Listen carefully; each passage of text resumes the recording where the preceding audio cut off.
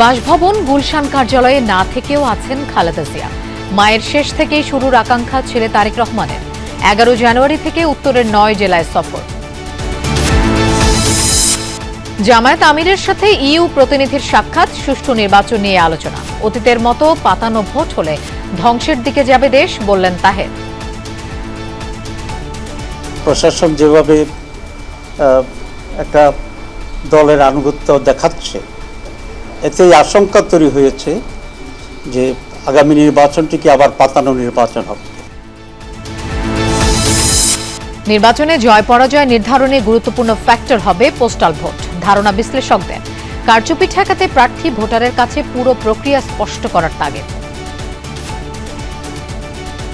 প্রার্থীরা দুজনেই খুবই শক্তিশালী, সেখানে কিন্তু প্রার্থীগুলো কোনো না কোনো প্রক্রিয়া বের করতে পারে। নির্বাচন কমিশনকে কিন্তু এই জায়গায় খুবই সিরিয়াস থাকতে হবে। দেশ জুড়ে শীতের দাপট, কনকনে হাওয়া ও ভারী কুয়াশায় বিপর্যস্ত জনজীবন। মৌসুমের সর্বনিম্ন তাপমাত্রা নওগাঁয় 6.7 ডিগ্রি সেলসিয়াস। যুক্তরাষ্ট্রের ভিসা বন্ড তালিকায় এবার বাংলাদেশের নাম। দেশটিতে যেতে হলে জামানত দিতে হবে $15,000 পর্যন্ত। 21 জানুয়ারি থেকে কার্যকর।